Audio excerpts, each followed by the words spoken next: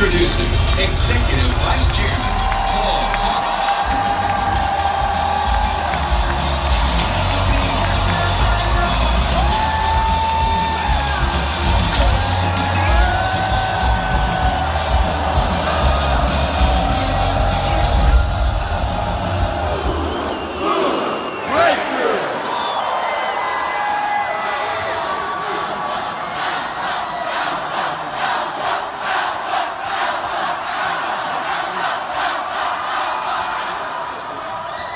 Thank you guys, thank you.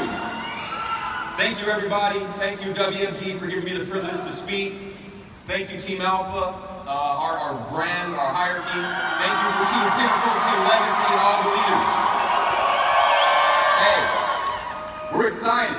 How many people in here, this is a life-changing experience and you just kind of feel like this company was built for you, like you were born to do this. You didn't know it before you came here, but this is for you. That's what it's all about. When I came here 13 years ago, I was like, this company was built for people like us. I didn't even know you could talk like that from stage. We see all different cultures, all different ethnicities, all different languages, and the common theme here is we're all winning.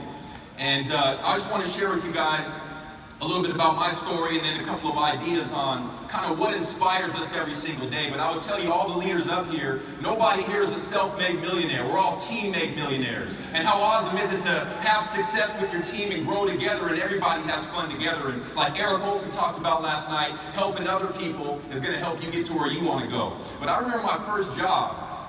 I was 15 years old and I got my first job. I was excited. I was in the corporate system because I was told to go to school, get good grades, get a good job. And I go there and then all of a sudden you start to work and then you start to realize, is this all there is to life? And I'm 15 years old and I realized I got 50 more years of this. And a lot of people get institutionalized. You know, unfortunately, a lot of the people that was around that didn't have fathers in their life, I see them as good kids growing up. You know, we played baseball, we played basketball, we played football, and all of a sudden they went to prison based on the street life and based on the environment we were around, and they came out a different person. And the only word I can use is institutionalized. After a while of being free, you go into this 6x8 cell, and then all of a sudden you need somebody else to tell you what to do, when to do it, when you can take a shower, when you can take a vacation, what you can wear, what you can't wear. And I started realizing as I became a recruiter in WFG that the corporate system institutionalizes people. There was a day when we were born thinking big, but the world conditions us to think small. Have you ever met a 7, 8, 9-year-old child who thinks small? But then all of a sudden, one day they're 37 years old and you ask them what their goals are and they say, I don't know, I don't need much, I just want to pay my bills. Get that out of your mouth. What do you mean you just want to pay your bills? We're here to become wealthy so we can give to other people. This is not about us.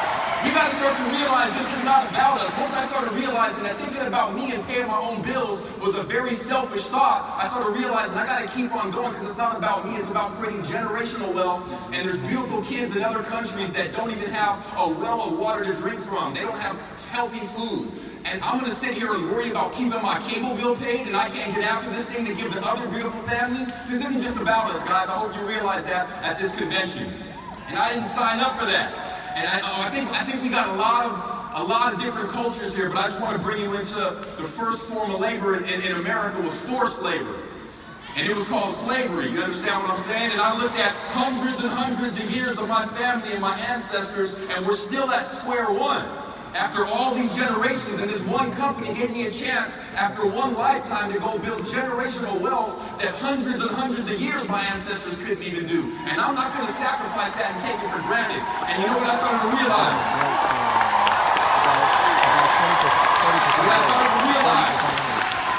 I started to realize that the word corporation sounds an awful lot like plantation.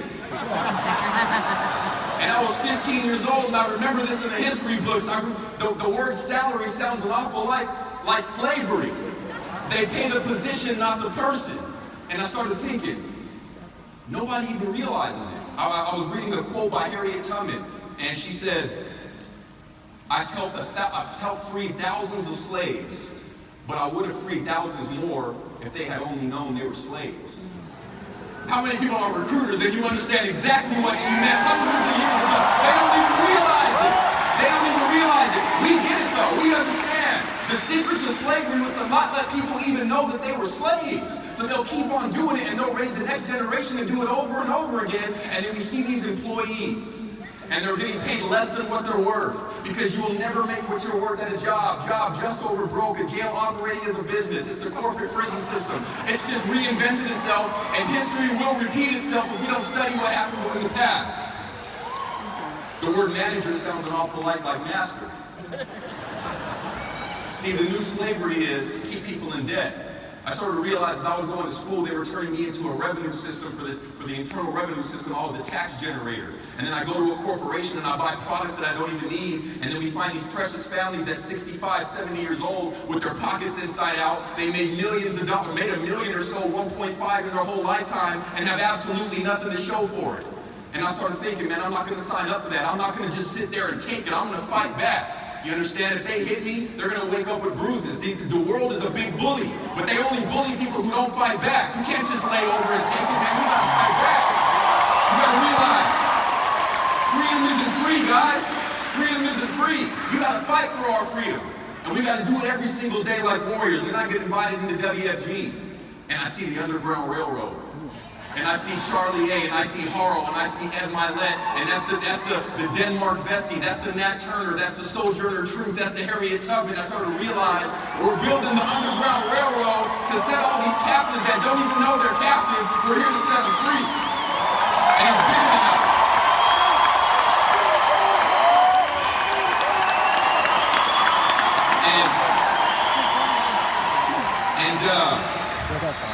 And I come in and I didn't know anything about what they said. I was living with my dad, I was 24 years old, I was broke, and I heard the term 401k get tossed around and thought it was a marathon. I didn't know what a 401k was.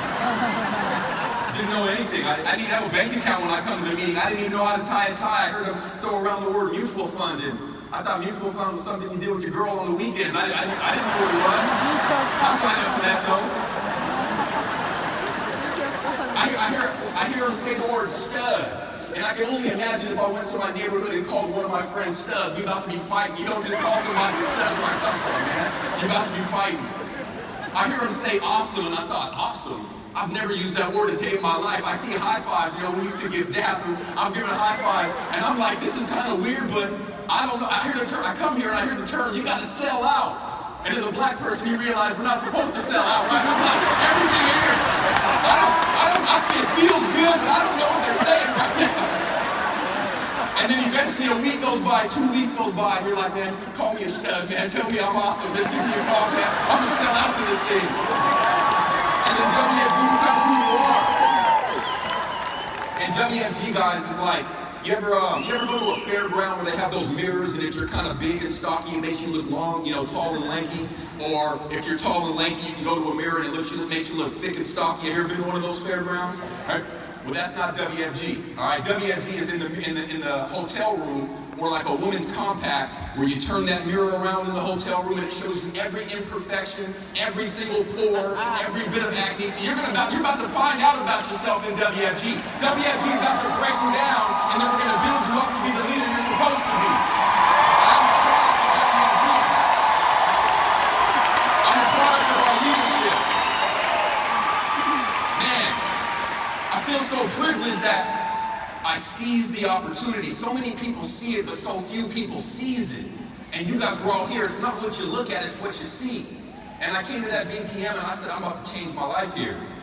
And I started realizing, man, this company, it's a tough business, guys. All the people that are up here that are successful, man, we had to pay the price. There is no rollbacks in WFG. You understand the price? There is no Black Friday. It's all up front, it's all full, but you will reap what you sow. And you will reap in multiples of what you sow, but you also got to know you reap in a different season than when you sow. And the income we're getting paid right now came from seeds that we planted 3 years ago, 5 years ago, 10 years ago. We're still milking what happened 13 years ago when I signed my AMA. A lot of people ask, did you ever think about quitting? And I said, where else am I going to go? I got nowhere else to go. I'm at rock bottom. Can you fall off the floor? So I don't know anywhere else to go. See, it was my naivete It was my naivete that made me realize this is the only shot I got. I got a high school diploma. I'm not supposed to be a multimillionaire. I'm supposed to be making minimum wage. I'm supposed to be in prison like all the other people that I grew up with. I'm not supposed to be where I'm at. I almost did everything wrong, but because of WFG in the United States of America, they give you a chance to, your past does not equal your future, and you can always push the reset button.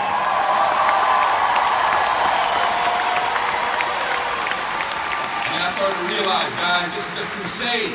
This is a crusade. And a crusade, by definition, is a war. You understand? And what do we call the war? We call warriors to war. So when we go back, they got to see a different you. You can't be the same you that came here before convention, or else you're not going to get anybody to believe you. See, when you believe, you will be believed. You don't got to worry about getting anybody to believe you. You believe. See, when you're convinced, if a convinced person speaks, you become convincing. You don't need to worry about convincing anybody else. When you go back home, let them see a different version of you. You're walking faster, you're talking faster, you're going in the right direction. And everybody's going to laugh at you because in a movement, number one, everybody's ridiculed. They don't even call it a business, they call it a thing.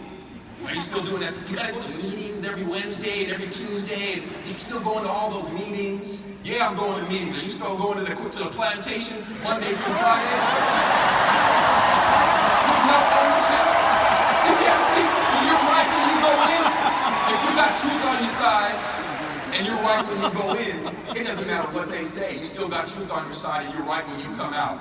You understand? We're doing what's right. And this reminds me of the civil rights movement, and it reminds me of a lot of people. Back then we called them haters. Nowadays we have trolls. But we're going to win in spite of the trolls. We're going to win despite of what everybody says. And then after that, it becomes strongly opposed. You never see your kids anymore. How come you're not with your family? All you do is work. Money isn't everything. You know, money can't make you happy. Has anybody heard you say that? As almost they're insinuating that poverty makes you happy. Yes, happiness is a choice, but I want to be happy and rich versus happy and poor. Go to the ghetto and look at the look on people's faces, and then go to the suburbs and see how people look.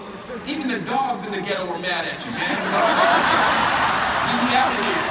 And then you go to the suburbs and they put t-shirts on their dogs and walking around. I'm like, what the heck is that, right? Big old buff dudes walking with little dogs and stuff. Hey, and then the last one, like Monty Holmes said, it's accepted as truth. We always knew you could do it, man. Oh man, this is the successful person of the family. Isn't it funny, by no offense, when you join WFG, like I said, they call it a thing. But if you own, say, a liquor store, you're selling diabetes, cirrhosis of the liver, lung cancer, and lottery tickets, you're a business owner. And they would tell you, hey, this is the successful person of the family, but we're taking care of widows and orphans, and nobody even knows that what we do is so awesome. It says it in the scriptures, we're supposed to take care of widows and orphans. And, you know, I just wanted to, just a piece of my heart, no pun intended. I don't got no PowerPoint, you know? I guess this is the PowerPoint, I don't know, I just want to tell you a quick story, and it's called The Christian in the Flood. You know, there was a town with torrential rain, and the town was going under, and it was flooding, and there was a last family that was on the roof, and it was a man on the roof, and a fishing boat comes by and says, the whole town's going under, get in the boat. And he says, oh, ye of little faith, God will take care of me. And then another boat comes by, and he says, the whole town is going under, get in the boat. And he says, oh, ye of no faith, God will take care of me. And then the next boat comes by, and then he passes up on it, he goes to heaven, and he sees God, and he says, God, why didn't you take care of me? And he says, who do you think set the boat 3 times, you dummy? My question, who do you think put you in this room to experience the convention for the past 3 days? We're here for a reason.